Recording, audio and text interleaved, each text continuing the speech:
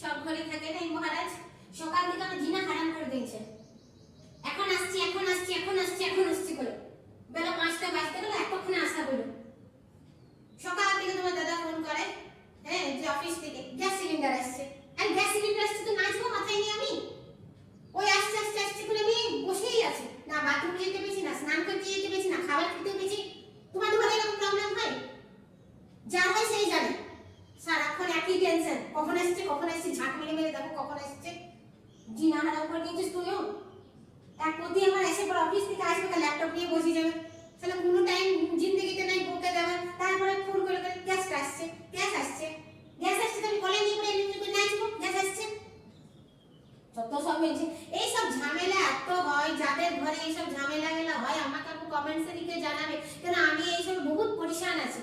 তখনই বলবে গ্যাস চুল্লা আসছে, তখনই বলবে গ্যাস সিলিন্ডার আসছে, তখনই বলবে ইনভার্টার লাগাইতে আসছে, তখনই বলবে ওয়াইফাই লাগাইতে আসছে। আজকাল মানে আগেকার কি সুন্দর ছিল, উনান যখন খুশি ধরাও, রান্না করো, নিজে স্বাধীন জীবন ছিল। আর এখন আসছে আসছে আসছে করে একটা টেনশন মাথার উপর, সবসময় টেনশন থাকে।